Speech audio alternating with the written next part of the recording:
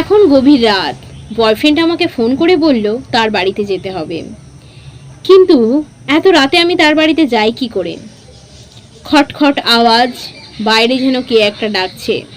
আমি দরজা খুলতেই আমার বয়ফ্রেন্ড আমাকে বলে উঠল, তুমি কি ঘুমাচ্ছিলে?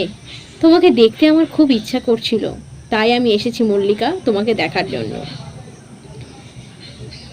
আমি কিছুটা দীর্ঘশ্বাস ফেলে বললাম, মা বাবা তোমাকে দেখেনি তো? দেখলে খুব উল্টো পাল্টা কথা বলবে আমাকে।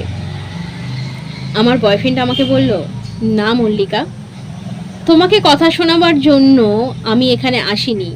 আমি শুধুমাত্র তোমাকে একটুখানি দেখতে এসেছি, আর দেখা হয়ে গেলেই আমি চলে যাব।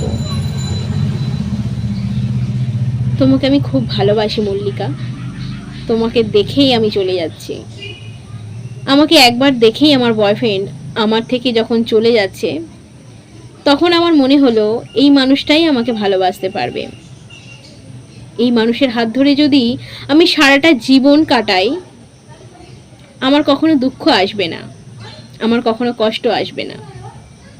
যদি ওরও কোনো পয়সা কড়ি না থাকে, তাতেও আমার কোনো অসুবিধে নেই। যদি আমি একটু ডাল ভাত খেয়ে থাকতে পারি, তাতেও আমার কোনো অসুবিধে নেই।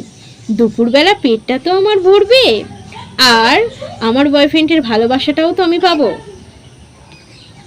সেরকমই জীবনে এমন কোনো মানুষকে চেষ্টা করো ভালোবাসার, যে তোমাকে প্রত্যেকটা খণ্ডে খণ্ডে মনে রাখে, যে তোমাকে প্রত্যেকটা খণ্ডে খণ্ডে হারায়, যে তোমাকে প্রত্যেকটা খণ্ডে খণ্ডে খোঁজে, যে তোমাকে প্রত্যেকটা খণ্ডে খণ্ডে দেখার জন্য ছুটে আসে।